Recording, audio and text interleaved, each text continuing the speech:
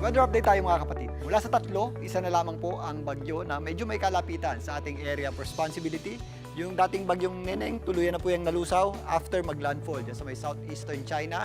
Samantalang ito namang bagyong may international name na Atsani, tuluyan na rin pong naging isang low pressure area habang kumikilos ng pahilaga dito sa silangang bahagi ng ating bansa. Ito po ay nasa low na o mababa na po ang chance niyan mag-re-intensify into a bagyo at yan po ay sumasabit na dito sa inflow ng hangin. Gaya ng nabanggit natin itong nakaraan, yan po ay sumasabit na sa inflow at nagiging parte na ng sirkulasyon nitong bagyong may international name na Southern. Ito po ay huling namata ng Pag-asa sa layong 1,575 kilometers east ng extreme northern Luzon at wala pong direktang epekto sa anumang bahagi ng ating bansa. At ito namang bagyong Obet ay nakiraan lamang o sumilip dito sa ating area of responsibility. Pumasok yan ng 1:20 p.m. kahapon at lumabas din agad kinagabihan. At yan po ay kumikilos naman dito sa silangang bahagi, itaas na bahagi ng ating bansa at huli pong namataan ng Pag-asa sa layong 1,070 kilometers northeast ng extreme northern Luzon. Yan po ay bahagya pang humihina at nasa typhoon category na may taglay na lakas na hangin na nasa 140 kilometers per hour. Malapit sa kanyang gitna at minsan may mga pagbugsong kumikilos sa umaabot sa 170 kilometers per hour.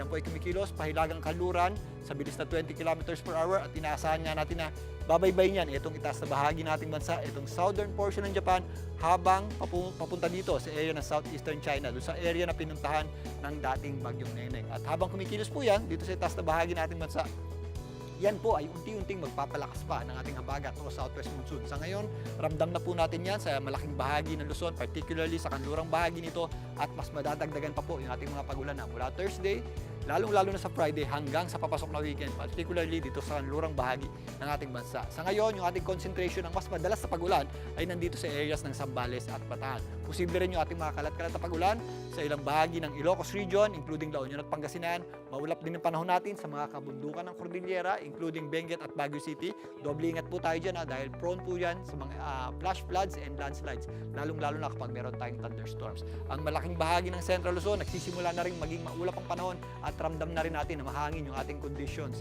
At posible rin po yung ating mga kalat-kalat na pagulan at thunderstorms maging dito po sa ilang bahagi ng Cavite, Batangas at Laguna, kasama na po dyan ang Mindoro. Sa mga susunod na araw, mas lalawak pa at mag-i-extend pa yung ating epekto ng habagat o southwest monsoon dito po sa ilang bahagi ng Luzon. Pero po, sa natitirang bahagi ng Visayas at Mindanao, medyo mainit po ang panahon natin dyan at mataas yung ating heat index. Kaya sa mga lalabas ng bahay dyan, ugalin po natin ang pagdadala ng payong panangga sa matinding init ng araw. At huwag po natin kalimutan magdala ng tubig o anumang para maibsan yung ating uhaw. So, dyan po sa mga areas na yan, may kainitan yung ating panahon. Dito nga sa Metro Manila bukas, nagpapakita naman yung ating araw, sumisili po yung ating araw, pero mas maulap yung panahon natin at ramdam natin yung hangin na dulot po ng ating habagat o southwest monsoon. At minsan, meron tayong mga posibleng kalat-kalat na pagulan o yung ating mga thunderstorms. Usually yan sa hapon at gabi. At yan muna latest sa ating lagay ng panahon. Muli ako po ang inyong weather frontliner, Alvin Puran. Lagi may panahon para sa inyo.